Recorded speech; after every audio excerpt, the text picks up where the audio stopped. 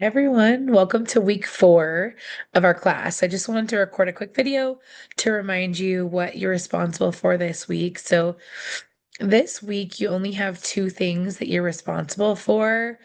As you remember, in week 2, I assigned the Myers-Briggs and the Strong Interest Inventory assessments.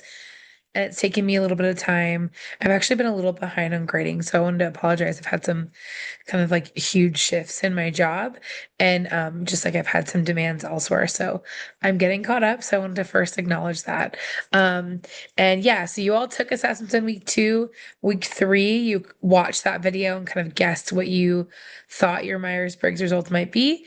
And in order for me to send you your results, you had to have taken the assessment and completed that MBTI self-assessment assignment. So if you did not complete the assessment or were missing some part of the assessment, I reached out to you via your Canvas inbox. So most importantly, the results for your Myers-Briggs assessment are what we are going to go over this week, week 4. And your results I actually sent directly to you in the comments of your assignment for the Myers-Briggs like week 3 Myers-Briggs self-assessment kind of assignment. So make sure you view the comments. I've uploaded your Myers-Briggs assessment results right there, and you'll be using them this week. So just kind of wanted to give you an idea of where you're viewing your Myers-Briggs or MBTI results. And then we are in week 4. So you have two things that you're doing this week. One is the weekly discussion where you're guessing what you think your strong interest inventory results might be. That was one of the other assessments that you took. And then this week, you're also going to write a reflection on your Myers-Briggs assessment results. And this is really important. So I want to make sure that you all kind of like do this portion of the assignment. So you have this week's reflection assignment.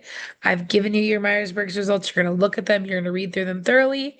And then also, not only are you going to read through them, but your results are going to give you 4 specific letters. So if your results say you're leaning toward ESTJ and that's what you agree with, you're going to click on the attachment and it's like 6 pages more about your specific results. And then I have some guiding questions on your reflection. So your reflection is a chance for you to voice to me how you feel about your results. And these are some guiding questions. Like, what do you agree or disagree with? What would you find that was interesting?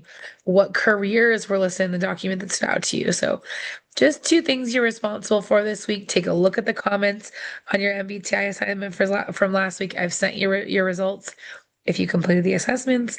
And then this week, just 2 things. The reflection on your Myers-Briggs results, and then you're taking a guess at what you think your strong interest inventory results might be. So that's it. 2 things for this week. Thank you all. If you have any questions, let me know. Have a great rest of your week.